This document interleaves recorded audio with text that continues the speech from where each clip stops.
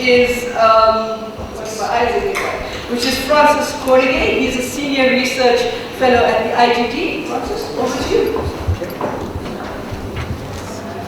Okay. Greetings from the youngest member of. Do I have from the youngest member of IGD. Actually, I'd like to start off by revisiting briefly my relationship with IGD, in as much as that I was actually virtually at the creation, because in 1995, when I became the head of the South African office of the African American Institute, it was in the Braamfontein Center building, and IGD was just setting up, and we used to just go up and down on the elevator to each other's place and discuss things and so on and so forth. So I mean, that's how far we go back,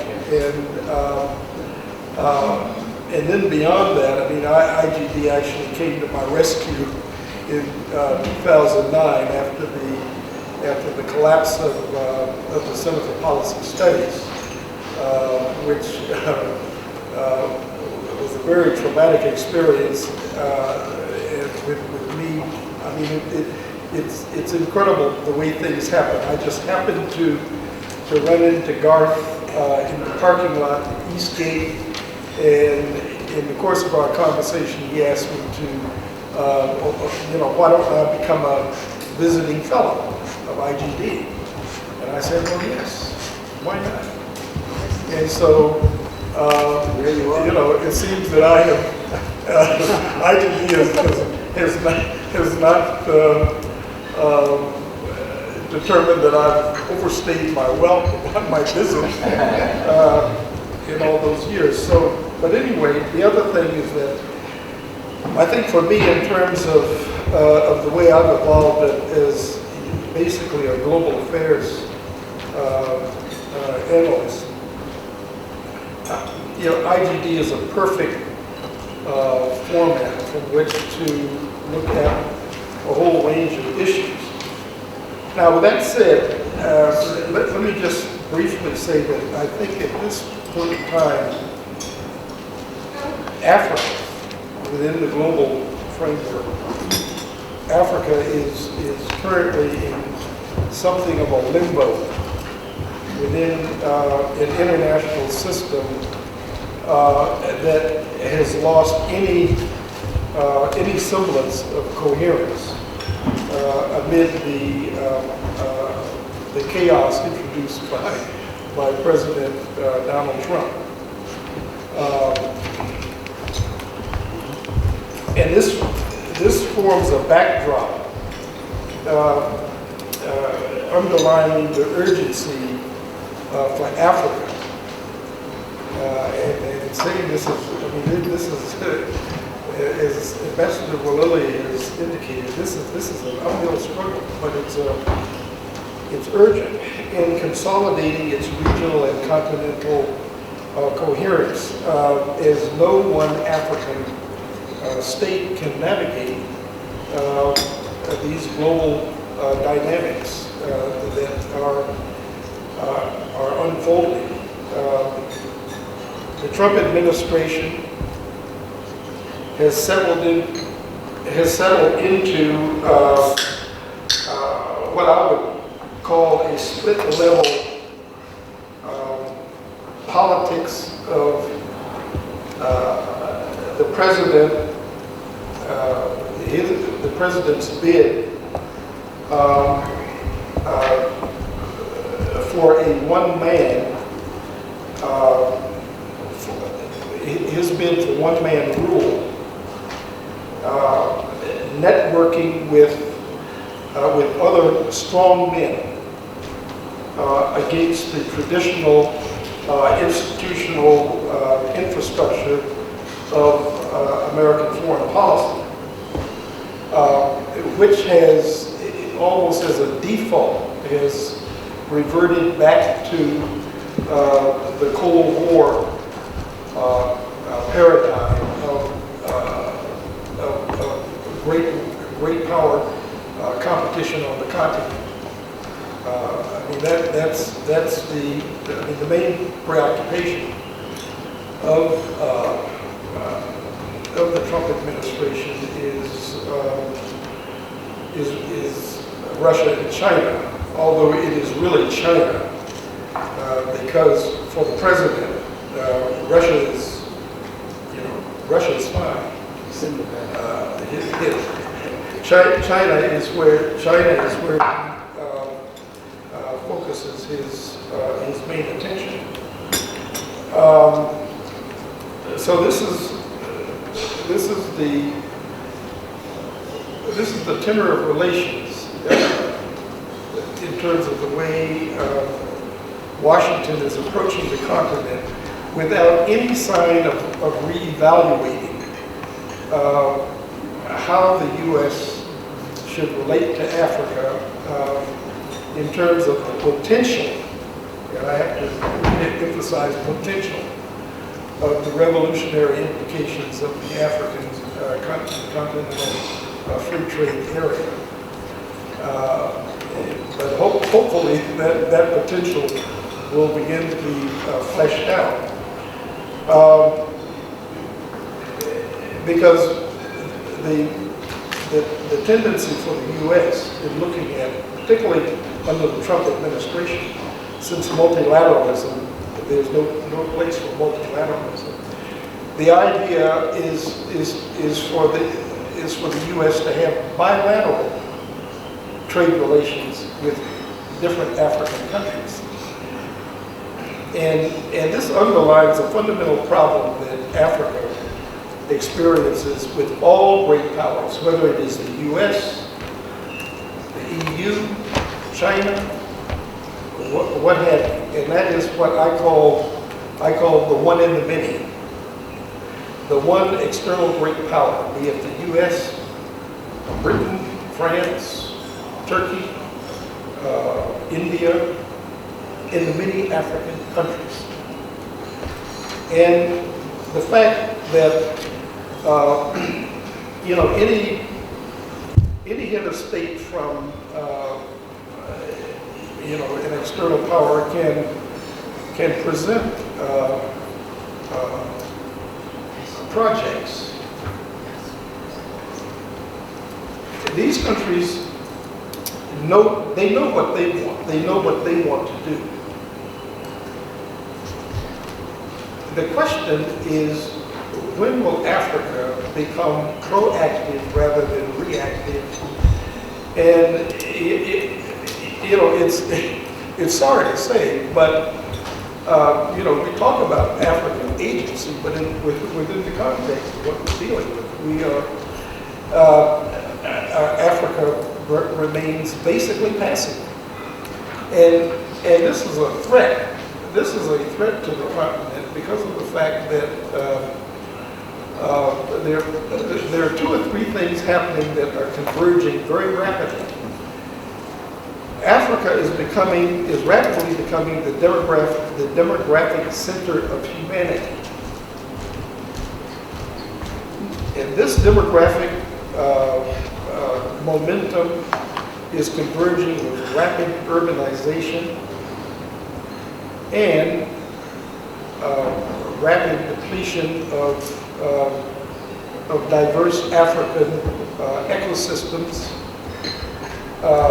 and a lot of the extractive activities on the continent are illegal. Illegal trafficking in African resources. You have the undermining of African biodiversity. There is not enough attention, and a lot of this comes because of the geopolitics that may be inhibiting in certain areas, but East Asian countries, particularly China and Vietnam, are looting biodiverse resources all over the world for traditional medicinal practices. Tiger penis, bear paws, you name it. I mean,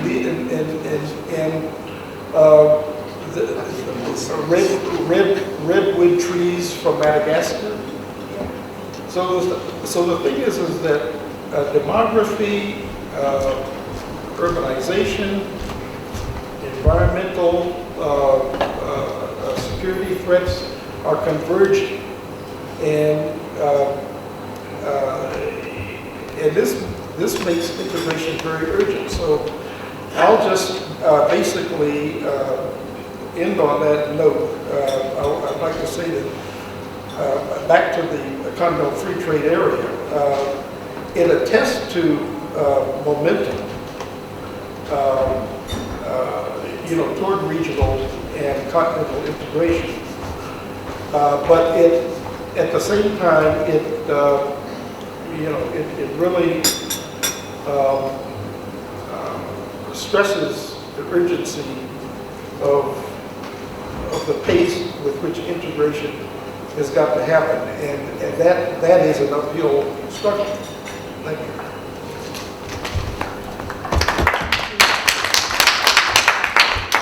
Thank you so much, Francis. I'll hand over now to Faith. Thank you, Sanusha. So for me, I hope everybody's still awake. I'll try and project and keep it interesting so that you stay focused on the panel. So I'm going to talk about the G20 and try and keep it very brief and not give you a full picture of whatever happened this year, because there's a very nice publication outside there on G20 Japan. So I'm not going to go into the intricacies of the Japanese presidency of the summit. That you can find outside. But I'll just touch on a few key questions around G20 and the broader issues of global governance and multilateralism, so to speak. So we are all aware about the surrounding context that informed this year's summit in Osaka. And here I'm going to talk about the geopolitical tensions, the optics around the Korean DMZ Japan-Korea relations. Brexit was on the sideline. We also know about the US. The elephant in the room was the US-China trade wars. That was also a big question.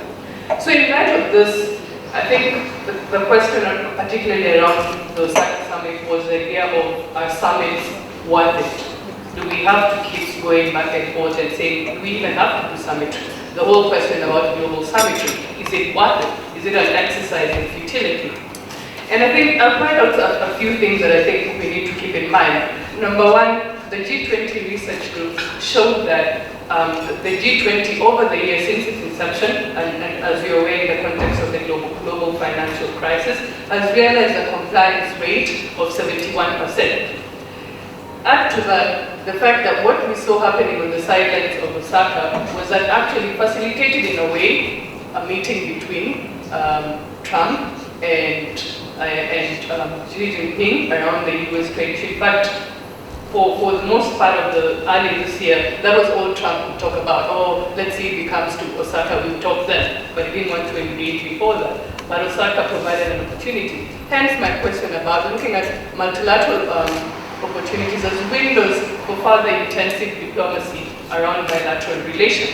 That's number two. Number three, the summits also offer an opportunity to catalyze action and engagement around the engagement groups. What are we talking about here? Women 20, Think Tank 20, of which the IGD is a part of. We're part of the Think Tank 20 group of countries. Labor 20, etc., civil society 20, etc. So I think we are all in agreement that as of this moment in time, the G20 is in a kind of a holding pattern. But even though it is in a kind of holding pattern, it's still a very crucial hub of global governance, particularly issues of global economic governance to a large extent. But it's also largely what many have termed a crisis committee in waiting because of its origin and its inception. I'm going to keep open the question about the G20 partnership with Africa and how it's evolved, but I'm going to highlight a few things that I think are important. The key highlights of the G20 Africa partnership. So number one, in June 2010, we had the formation of the Development Working Group, which has almost become the centerpiece around the development issues, the development agenda within the G20. And then fast forward to now the subsequent summits. So we had Seoul, we had Antalya, we had St. Petersburg, we had Brisbane, and coming now to 2016. Why do I highlight the 2016 Hangzhou Summit? This is because this is where we see the creation of or the establishment of the G20 Action Plan on the 2030 Agenda for Sustainable Development. And also bear in mind that 2016 was important because this came on the back of the post-2015 development agenda. So Hangzhou was important to a large degree for the G20 Africa partnership. Also Hangzhou was important because of the industrialization initiative, obviously informed by a whole plethora of reports, including Naidu, World Bank, etc. And then moving now to 2017, a lot of the focus, I should say, around the Hamburg Summit, pertinent to the G20 Africa partnership, has been the question of the compact with Africa and what that means. But not taking anything away from the compact with Africa, that's just one element of the partnership with Africa. At the Hamburg Summit, we also had the initiative for rural youth, the initiative for financing of women. We had the e-skills for girls initiative. So that adds to the question. But the compact with Africa, and we can discuss it later, was also a big chunk of the G20 Africa partnership momentum, so to speak. And also Hamburg was important to a large degree for us in the think tank community because it's at Hamburg where there was the formation of the Africa Standing Group. And this was dedicated to actually instilling a kind of permanent engagement partnership with creating initiatives and following through on initiatives and actually even monitoring the G20 Africa initiative with the help of the think tank community. So, and I'm just going to fast track the Buenos Aires Summit 2018 and the Osaka Summit, which we just concluded this year. I think what is observable from those two summits, 2018 and 2019, was that there were aspects of continuity from the previous summit as far as the G20 Africa engagement is. And I think this raises now the very pertinent question in light of foreign policy engagement about how do we want to refine the G20 Africa partnership going forward. Do we need to reinvent the wheel? Do we need to intensify and maybe ameliorate some of the already existing mechanisms that we have in place? And now the question, obviously because I'm talking about the G20, I think it's important to ask a few questions. I've mentioned some of the facts that almost not complicate, but muddy the very complicated environment of global governance. Geopolitical tensions cannot be ignored. Francis alluded to some of the geopolitical tensions that are in working. The stalled Doha round, Catherine alluded to that. US unilateralism. We've seen the retreat on multilateralism. We've seen a stagnated climate action agenda. We've seen economic nationalism driven in part by rising populism. And all these factors, when you add them into the play of global governance, I think the question that we ask ourselves, I think we're in consensus that the problems keep getting complex and keep getting wide-ranging. But that does not mean that there's a diminished demand for collective action. So in fact, in light of that fact, I think it's important for us to consider the complicating factors around global governance, to accept that there is a complex and very intransigent sort of environment arising and what do we do about it going forward. So I'll leave that and engage further on the issues of this complex geopolitical landscape, geopolitics being just one lens through which you can understand. Make no mistake, it's not only geopolitics, it offers a very interesting angle to it, but there's a whole other lens and worldviews that you can sort of approach. But geopolitics adds a certain component, adds a richness and a nuance, particularly to how South Africa looks into foreign policy. It's one that has been largely missing to a large degree. I'm going to leave it there, and then we'll hear from during Q&A session. Thank you, Sanusha. Thank you very much, Faith. G20 as well in terms of its utility, but also membership. ideas that fits within that redefining moment. Now let me hand over to Prof. Zondi, the chair of the South African BRICS think tank. Congratulations. Thank you very much. Talking about BRICS is always a... There goes Ambassador. Yes, the Ambassador Tapo is interested in what we have to say about BRICS and the significance of BRICS. The first thing is that it emerges out of discussions in the early 2000s that President Mbeki was part of, when they were looking for what was called the G8 of the South. And they ended up with the IPSA, which is India, Brazil, South Africa. But that was pivoting all the way to BRICS. It became BRICS at the time of the setting in of the global economic crisis. So it's very important to see it as a G8 of the South, as well understood at the time. Because the G8 at the time represented four things. One was that it was a voice of a particular system, a particular approach to the world, a particular economic order, a particular way of operating, a particular set of countries. So it was a voice. So this BRICS was then conceived to become a voice counter to that, a different voice, an alternative voice, or the voice for those who were not people. The second one is that the G8 represented an idea of a platform. A platform is what we associate with alliances, allied countries that are shared interests, they can push things together. And then BRICS was also then would be a platform for another form of an alliance. And we talk to an alliance for what? And an alliance against what? Because alliance tend to be for or against something. The third thing is that the G8 represents an idea of a forum. A forum is a mechanism by which you have conversation. It's a forum, is a place where you dialogue, you have conversation to build some form of consensus about something. G8 was that for a certain set of countries, countries of the global north, and therefore the BRICS becomes a forum for dialogue related to the issues of mainly the global south and emerging countries. It's very important to see it that way. It was not South-South dialogue, it was South-South dialogue plus. Because not the whole of it was South, it included an element of what was between the South and the North, and what was called the emerging.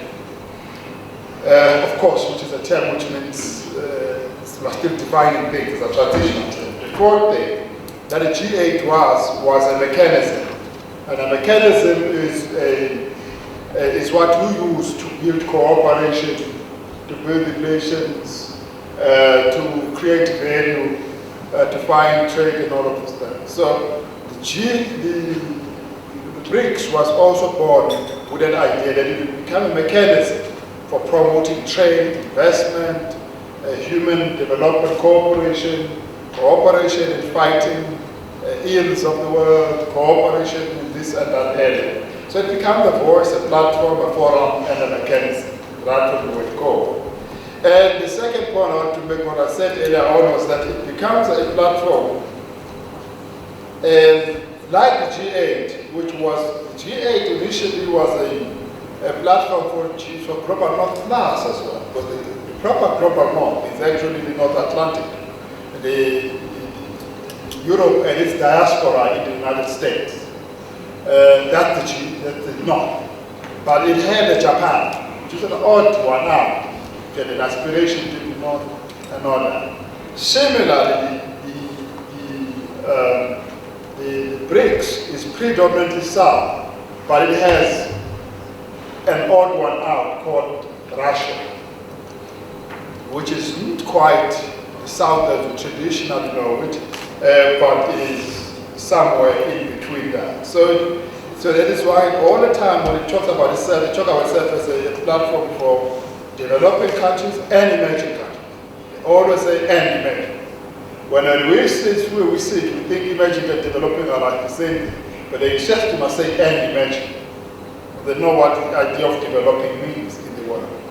The third thing to make is that it was born in a commitment to strengthen multilateralism at a time when it was under challenge, strengthen global governance because it's what smaller countries need in order to survive. Otherwise, the dog eat dog is the rule of the night. The small countries would never succeed. But to strengthen wide reforming, to strengthen by reform. So there are those discussions, and now in Brazil they're talking about, should we call it strengthen and reforming, or should we say strengthen wide reforming, or strengthen by reforming? So those three views continue to persist.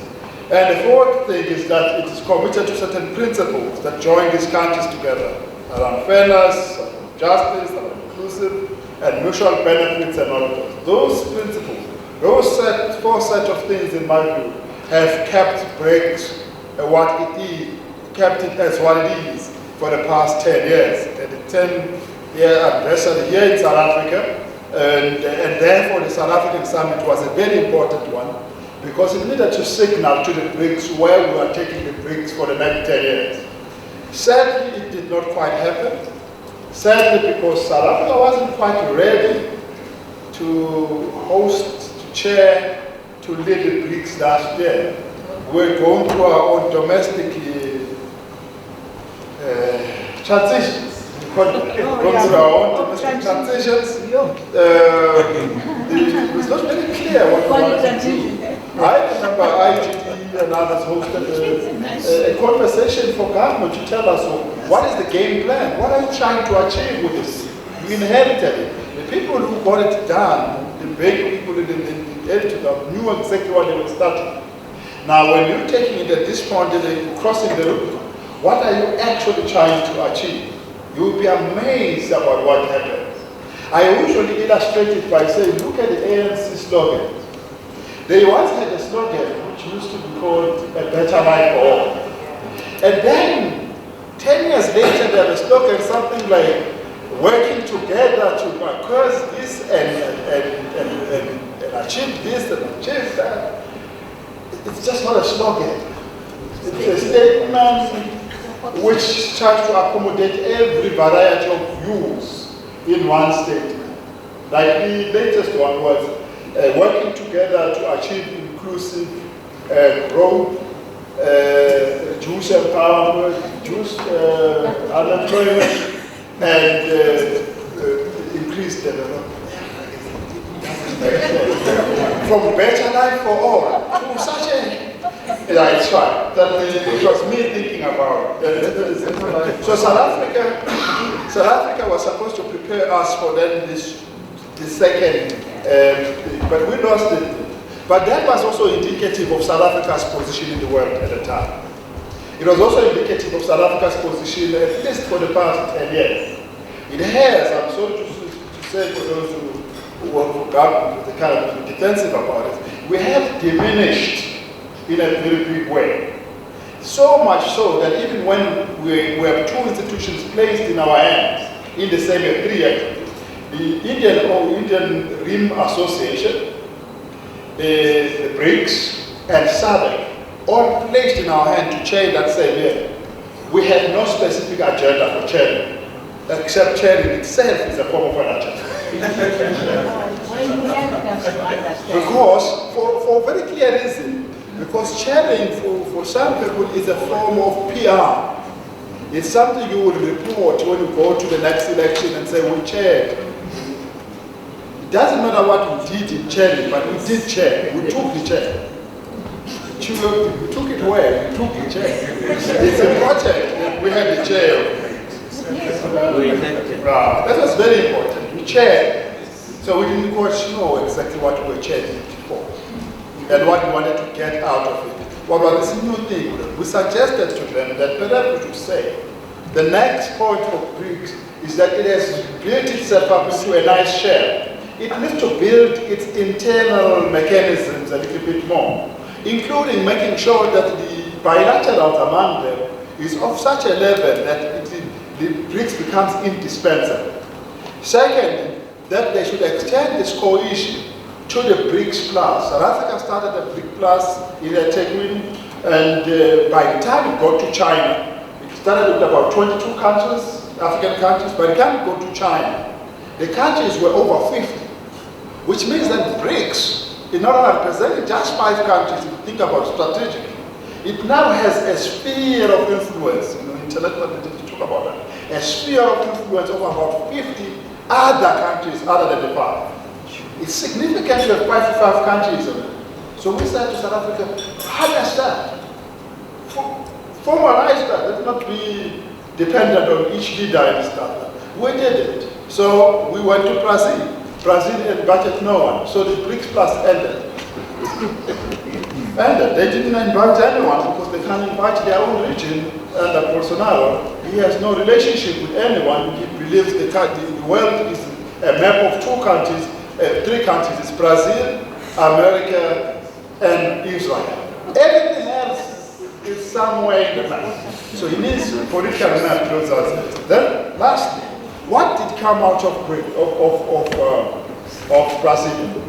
Brazil was focused on economic growth for innovative futures with priorities. It was decidedly non-political, decidedly very economic and practical, because the host was Bolsonaro. They have to avoid those questions which would divide the BRICS. So it was decidedly all of those things. So this nice subject, fourth industrial revolution, innovation was the essential part of it. There were 26 ministerial meetings. There were over 100 technical meetings. They launched the iBRICS, the science and technology platform. They launched the new architecture for science and technology innovation. They launched the BRICS Energy Research Cooperation. They launched the Human Milk Banks Initiative.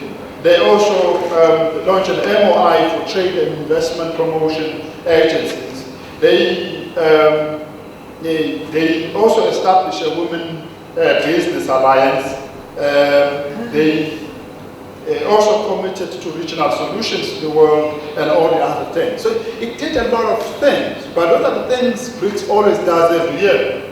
The question is, what happened in Brazil that was going to lay the basis for BRICS going forward, or this was of significance in terms of the BRICS agenda? I will tell you that for me, for many people, is the fact that BRICS did not collapse in Brazil. That is an achievement. Because the host has always thought of BRICS as a threat to the world, which is the Western world. Bolsonaro. So we thought that BRICS might be so difficult, it might come up with an agree to disagree sort of a declaration. At least that they survived Brazil is a major achievement.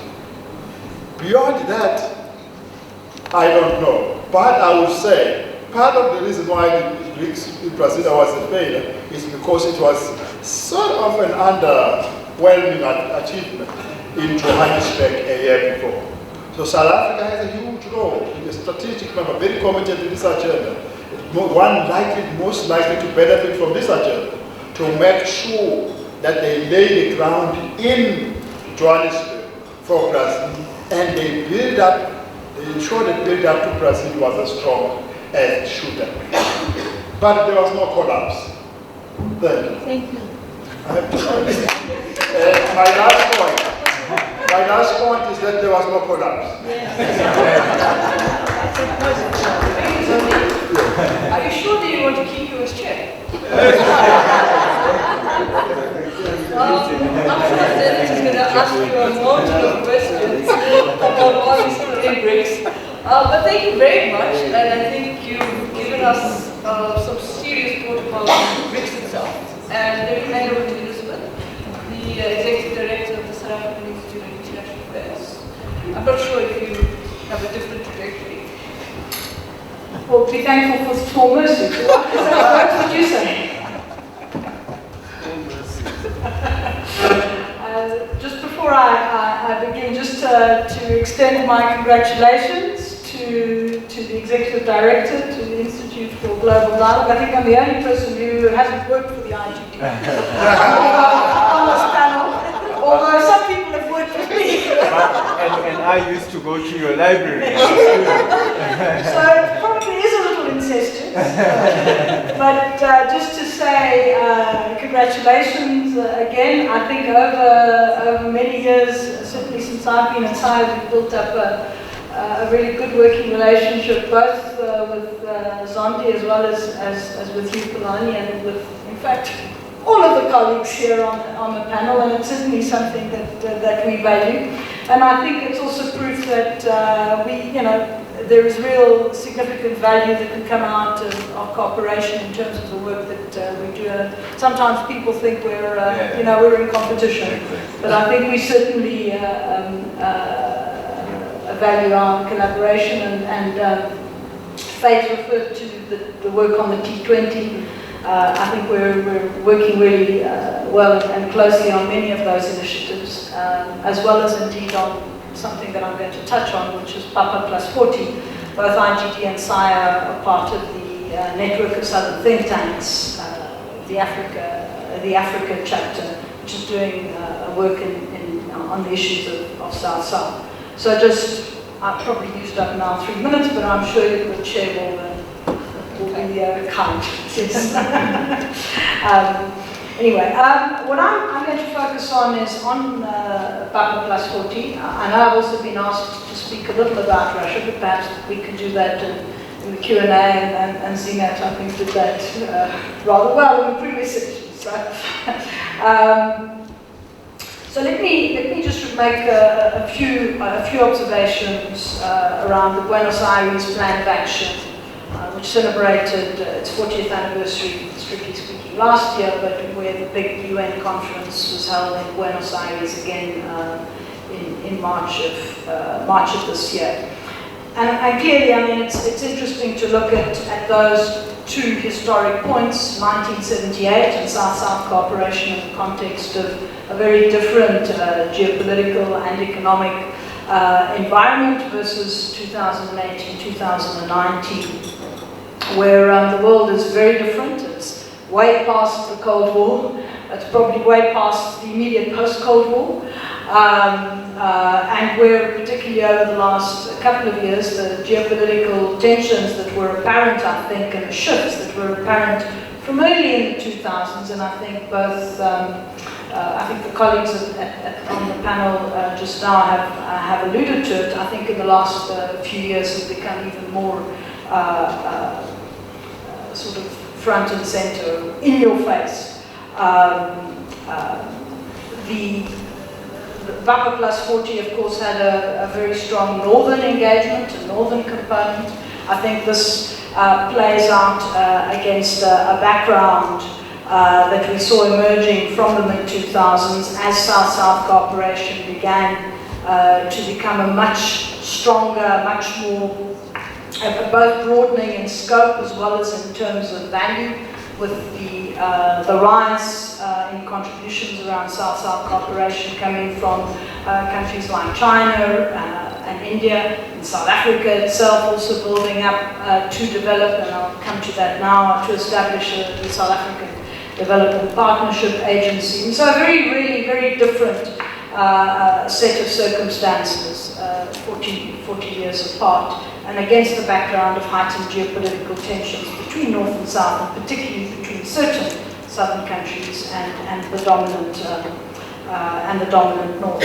Part of that manifested itself over this period in the push, certainly from the OECD DAC, to begin developing a means of measuring the efficacy and the volume of South-South cooperation. And I think all of us here at IGD and SAIIA have been exposed to some of those debates, which were not just technical in nature, but also reflected a particular worldview. And one that was based on the fact that South-South cooperation should not ever be equated with the North-South cooperation, the development cooperation that was traditionally the domain of the OECD DAC and the kinds of monitoring and evaluation frameworks that had emerged out of that. There was an obligation, a historic responsibility that emanated from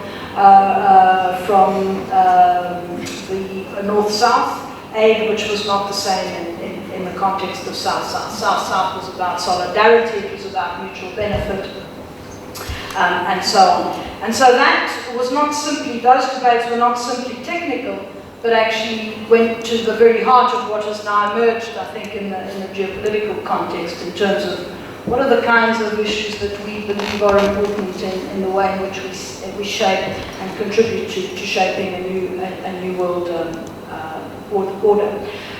The consequence, I think, of that has been interesting, and that has also played out in the way in which the Papa Plus 40 the engagements in that occurred, is that as the volumes of Southern cooperation began to increase, as particularly China became much more active, certainly in the African context, whether it was in terms of trade or in terms of infrastructure building, certainly in terms of grants and loans. I know that Belani has often argued, I think very cogently, about the importance of us also limiting how we define South-South cooperation in the context of contributing to development. But as all of that was happening, I think the North also began to recognize that it probably needed to rewrite its own rules in terms of what constitutes development support, whether it's in the context of the way in which you do development finance,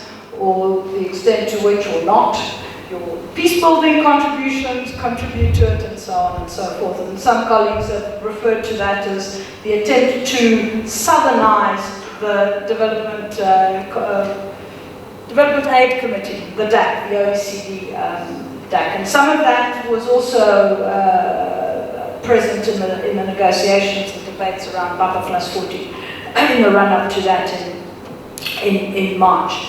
I think let me move very quickly then to just make a couple of observations and then bring it into the some points for South Africa's foreign policy.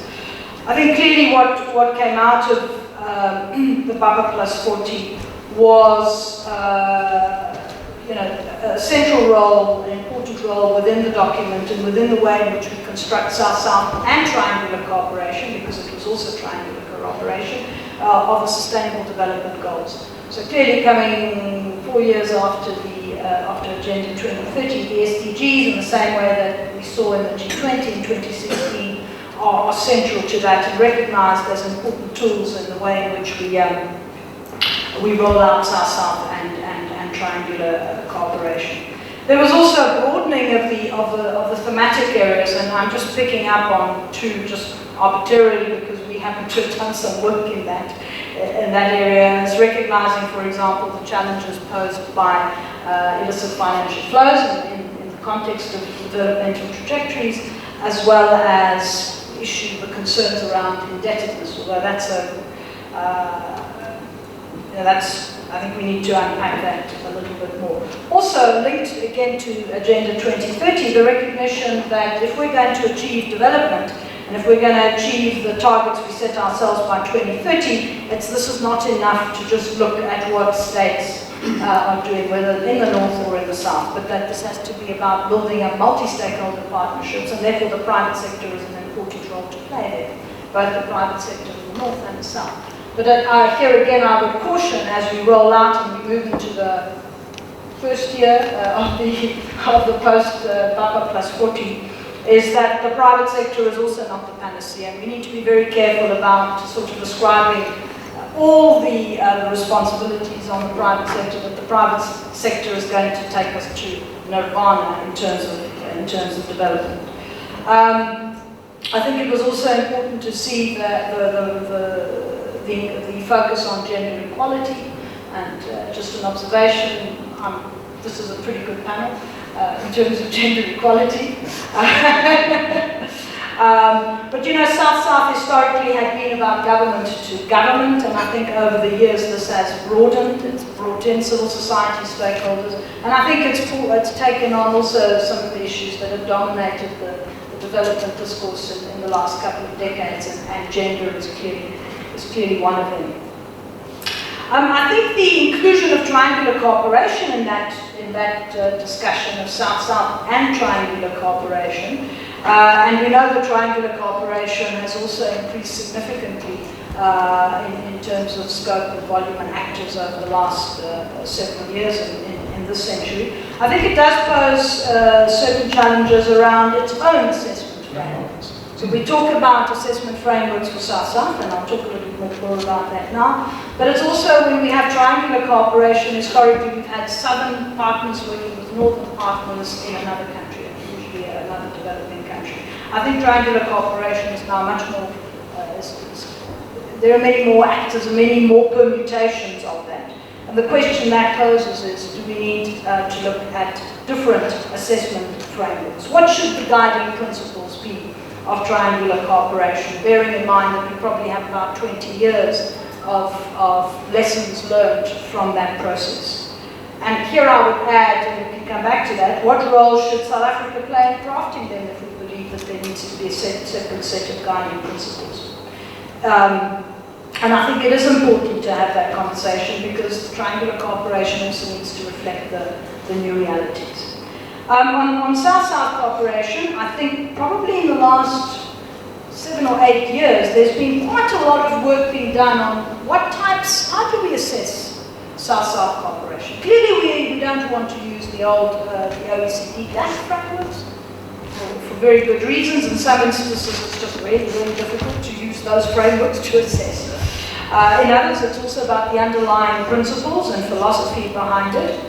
But it's been interesting to see both development agencies in particular countries in the South, as well as institutions, and here again I speak about NEST, the Network of Southern Think Tanks, where there have been a number of ideas and proposals about how we assess South-South.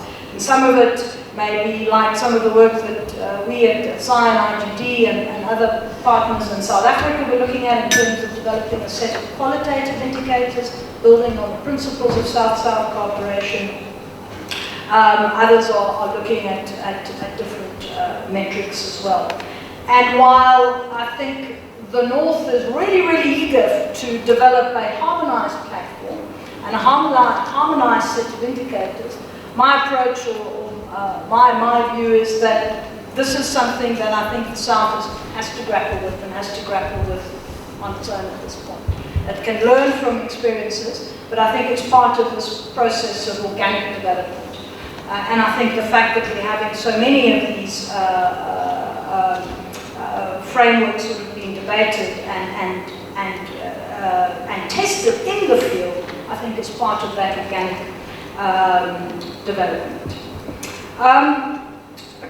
One last thing before I just mention specifically South Africa and development cooperation in South Africa. I think there, over the last several years, we have two key frameworks, Agenda 2030 and the Paris Climate Change Agreement.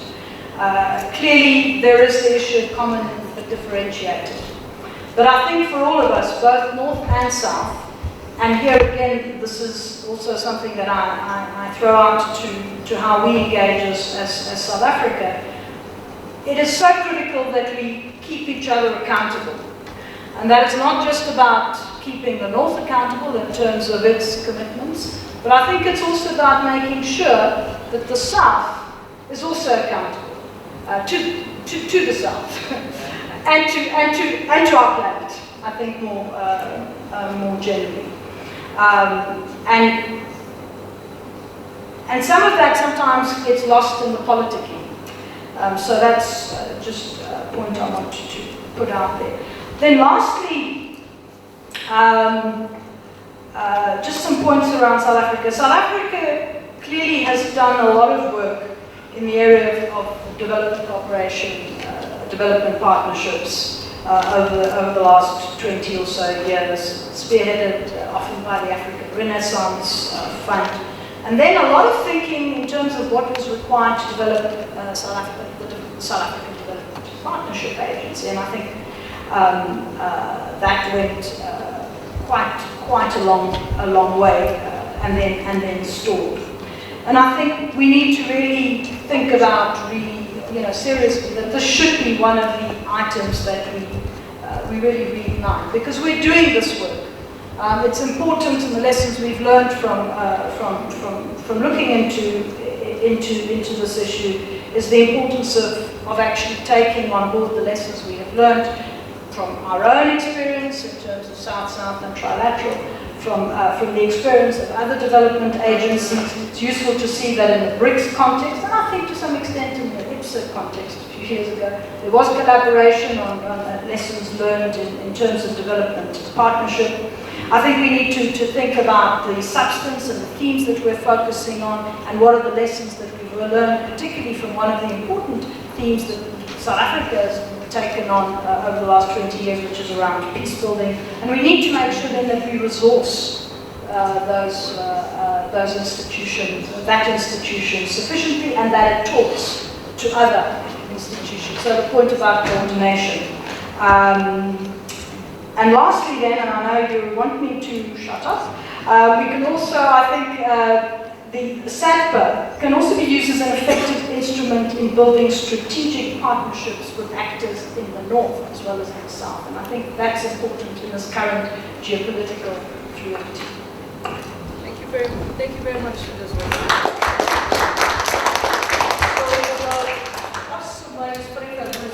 A tour of the global architecture from where Africa is in the context of this re-emergence of the great game to how important it is because of our demographic dividend and where this is going to the utility of the G20, the greatest achievement in Brazil that BRICS didn't fail, and of course Zimbabwe. So yeah. I'm not listening. There's nothing more to be said. But let me open it up to the floor, and let me take 3 questions. I've got a hand there right at the back. I've got Peter here, Ambassador, there we go. So can we go there? Can I ask you, for Max, because of time management, can you just be really short and to the point so that we can get in as much as possible? Thank you. Yeah, thanks, Madam Chair, and congratulations to ITP for this achievement. I have 2 concerns. I've sat through your meetings last Thursday and today, and I have 2 concerns. One is judging from the panel. Is there anybody who really is a policy actor? Because you seem to be really going after the implementation of policies. But if you recognize the balancing act in order to navigate a very simple policy, then you also have to have sympathy for these policy makers who are unable to implement policies. You can take an example of Brexit. The voters, this is an advanced country, the voters voted affirmatively to exit the union. 3 years on, they're still been negotiating for more time to get out of it. Now, the question that I want to just piggyback is the security issue. I think it came up in the President's remarks touched on it, some earlier remarks touched on it. But we don't seem to be really getting a handle of it. The security in Africa, in fact, from North Africa, the Horn of Africa, the Gulf of Guinea, and so on. And my feeling is that if we tie up with the perpetrators, for instance, the advanced countries who come in as advisors, set up joint forces to try and quell this rebellion, you know that this is delusional. It's not going to end. I mean, Congo DRC, for instance, has been at each other's throat since I was a kid. 1960, we've always had a peacekeeping force. Can we also get to the second point? Yeah. Because So, we have other guys as well. no, so my question is, the security issue, nobody seems to have addressed it. And I'm saying that our approach is not going to get us anywhere, because we are just winding up with the perpetrators. Thank you. Teacher and ambassador.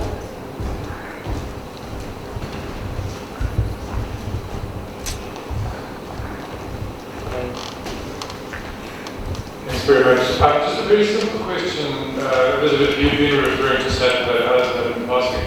Is SAIIA still a viable project? I mean, it seems to have gone to such a state of dormancy that one wonders if it's even resuscitated.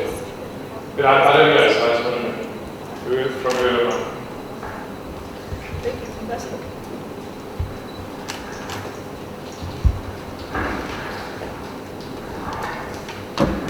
Yeah, no, it's just one remark that I just want to make, because at times it can create problems for us, because psychologically, we feel good to refer ourselves to the founder members of BRICS. It's a feel-good situation. It's not a reality. We were invited into a formation that already existed, which was BRICS. In Brazil, we had gone for a meeting of IPSA, and we invited to this other meeting as an observer. And the Chinese president actually came to our residence with his delegation to warn us that we were going to make a proposal for us to be formally integrated as part of BRICS. So we're not a founding member, we've added the S to something existing. I think that is very important, because it can explain why we were given the opportunity. Because we're not part of the consortialization of this thing. Sometimes we miss out on where exactly this thing is going. You see, when you come to the level of the BRICS parties, that's where you discover that these are loose BRICS, with no cement, joining them together. Thank you.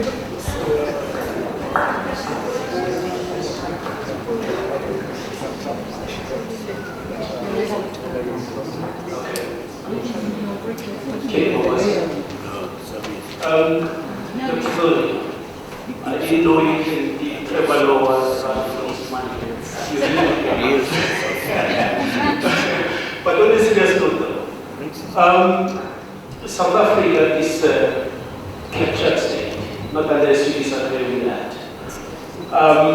You can imagine what happens to somebody who's captured, being dragged into the West Stage, kicking and screaming, disillusioned, and all those factors that goes with it. Now, my question to that is, like your comment, brother, on how do you diagnose the South African situation before we move South Africa into the first stage? So that's really the first question. Just to quickly build up on that, since Francis is also from the US, this question also is on the writing of our leadership. Now, just to take the American example quickly, you have people like Zabini, Brzezinski, you have strategies such as Henry Kissinger that saved the administration at some point. Bill Clinton continued to serve their people despite the Lewinsky's and stuff like that. But in Africa, or in South Africa in particular, we only heard about, 4 head of state. Today, in other platforms, when you quote Thabo Mbeki or you quote Jacob Zuma, you really get back, you know what I'm saying. So in a sense, for all the right reasons, we seem to be writing off our leadership. Hence, we're supposed to go forward as a nation and compete in the international relations and corporations. I need your comment on that. Thank you very much. I think just to the point, before Trevor Noah, there was Siphamandla Zondi.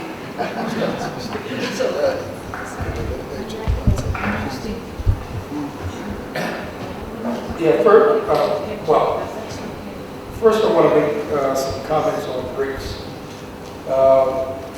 BRICS, in my view, raises a question of what might have been.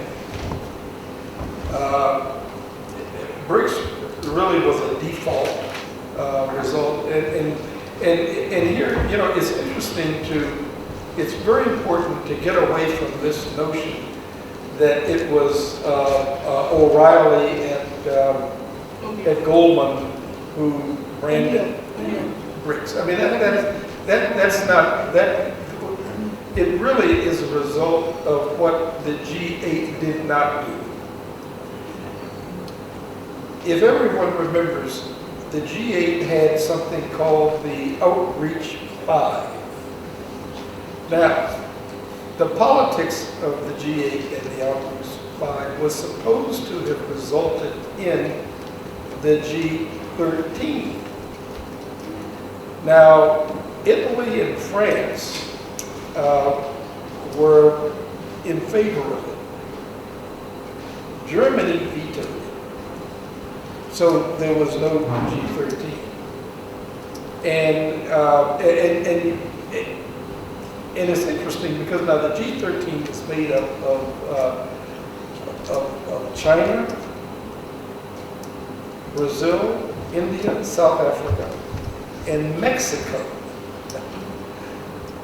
So, you know, if the G8 had expanded itself, you'd be looking at a totally different geopolitical economic dynamic right now. And you know, so, and South Africa was left in the lurch when its IPSA partners suddenly decided to go with Russia and China. Now, the real impetus behind BRICS, and this is something that I think that those of us who follow BRICS have really gotten away from. BRICS has proliferated into so many areas that are,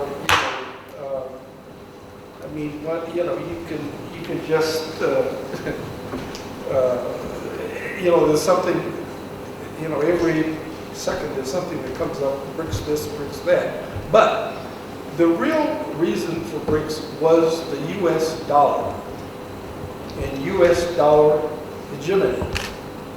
And when Medvedev visited Brazil,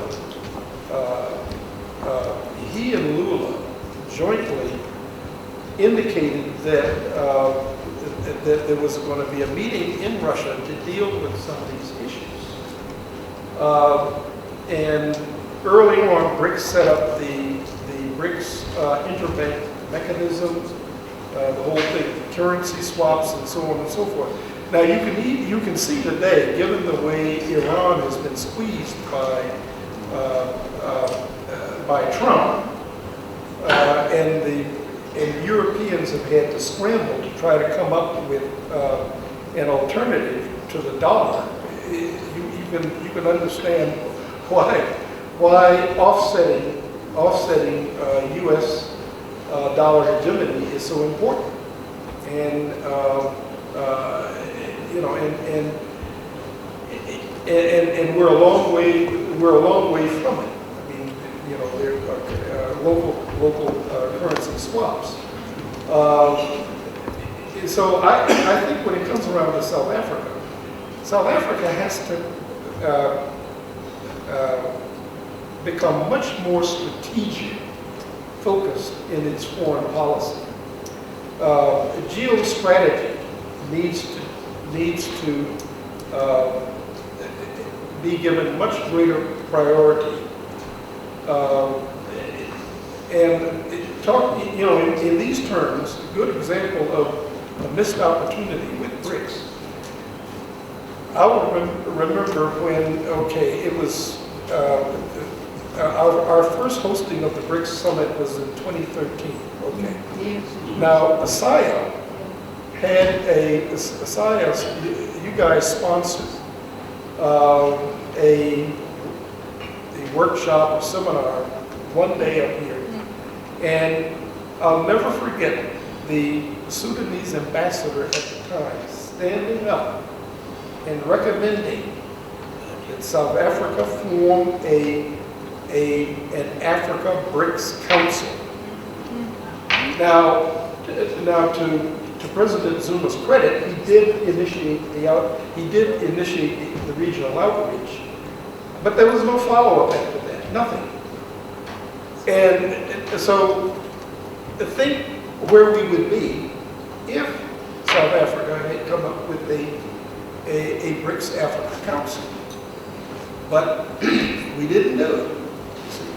Now, when you talk about the U.S. And what you raised about, you mentioned Brzezinski, who was passed on, Kissinger, and so forth. The thing is that what I think this gets to my point about the need for more geostrategic thinking in how we look at the world and how we go forward. And right now, the world is, everything is in chaos now. So Africa has got to become more strategic in how it deals with this one-in-the-many problem that we have. Because everyone knows what they want, but we don't seem to know what we want. We're not strategically proactive. To me, the number one issue for Africa right now is Pan-Africanism, going back to the Pan-African dynamic that unfortunately Nkrumah snuffed out when Julius Nyerere wanted to decolonize regionally with Uganda and Kenya, and Nkrumah vetoed it. We need to regain a lot of that, and the sooner we can do that, the better. And now, going into next year, where we will be chairing the AU, we're going to have to do some really hard thinking about how we deal with that northern tier of the continent, from Western Sahara all the way over into the Nile, and this tension that you have now freeway between Egypt, Ethiopia, and Sudan on the Nile and the Red Sea. We have to, that's what we're going to have to deal with. So many problems so far. Just Peter, on your question about SAIIA. I think, the African Renaissance Fund continues, and we continue to have engagements and cooperation and partnerships with the rest of the continent. And we can continue like that.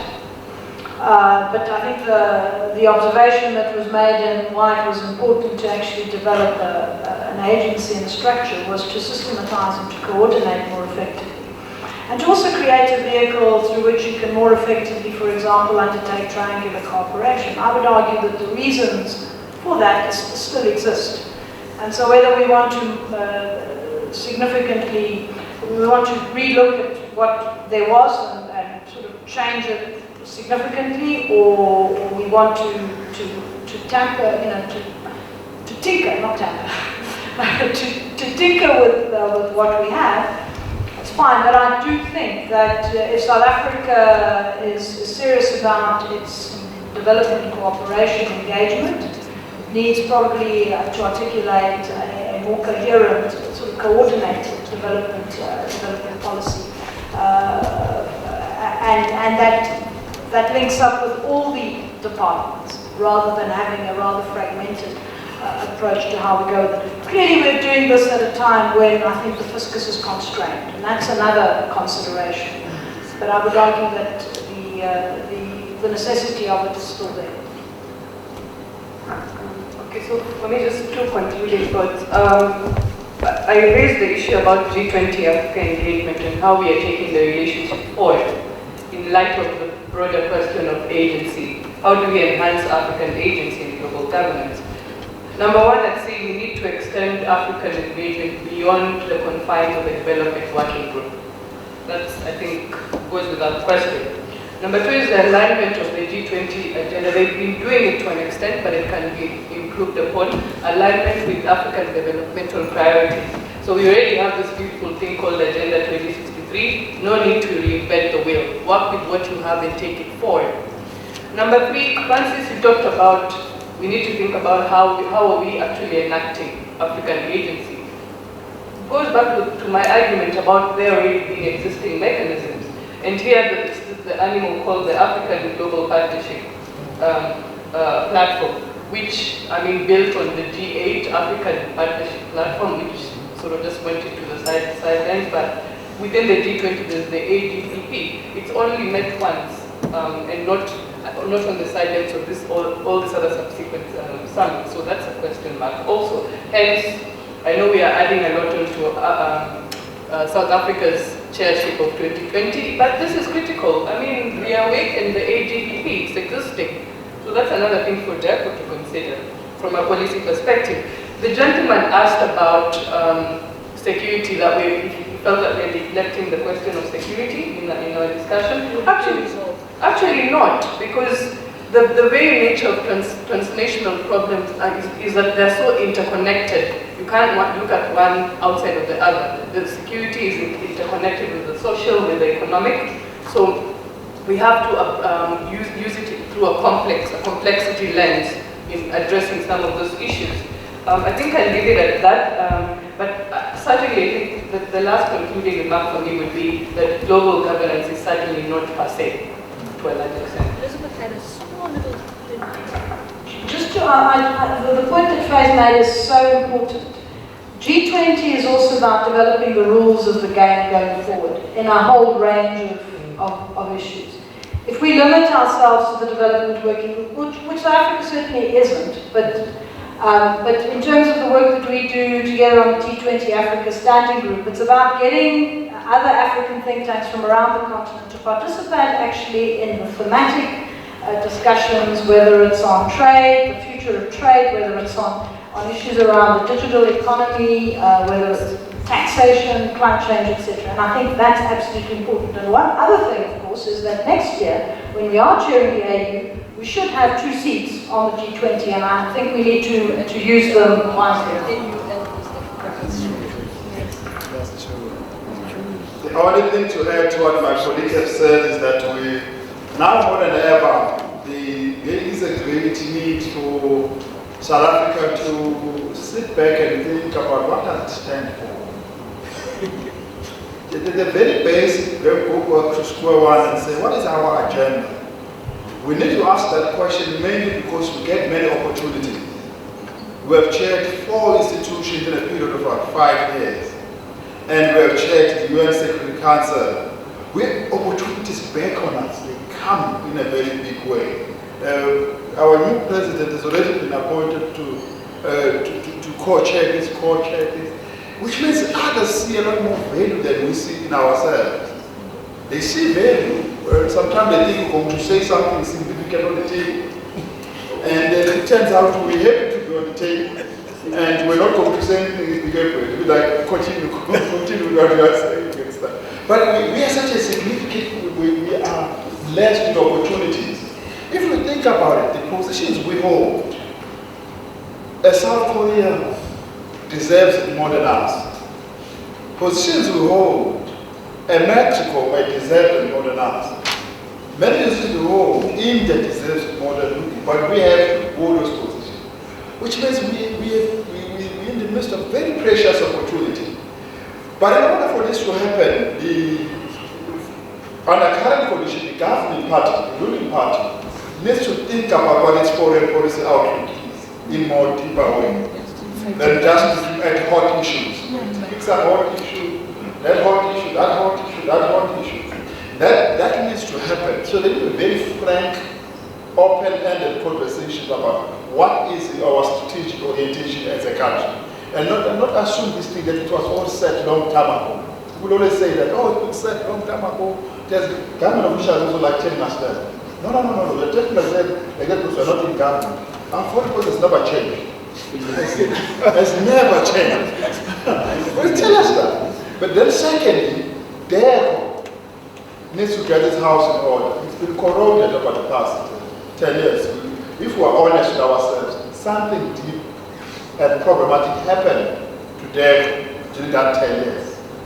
Of a hole in my head. There was a hole in the head of DECO.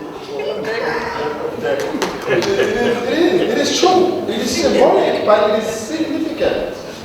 It is significant. And lastly, all foreign policies are mandates of presidents.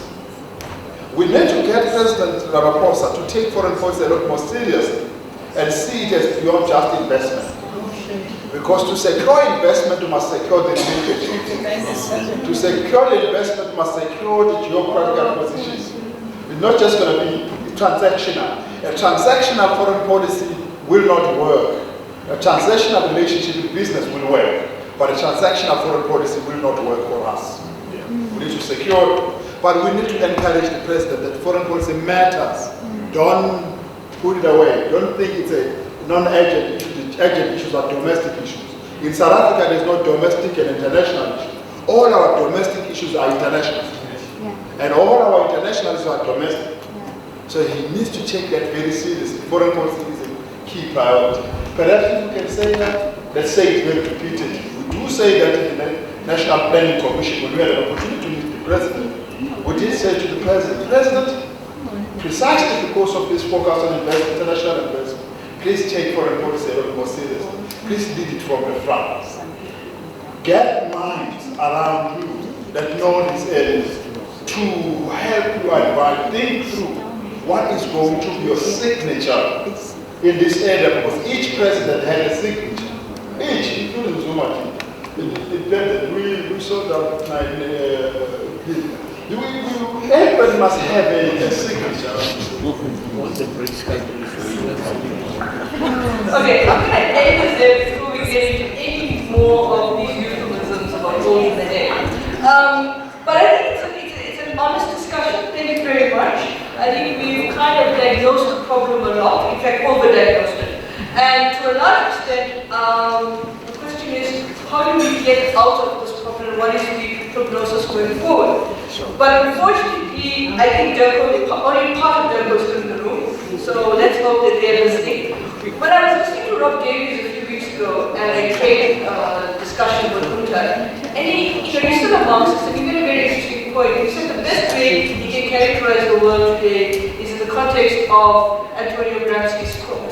The old is dying, the new is yet to be born, but in the interim we have a mobility of issues that we need to deal with.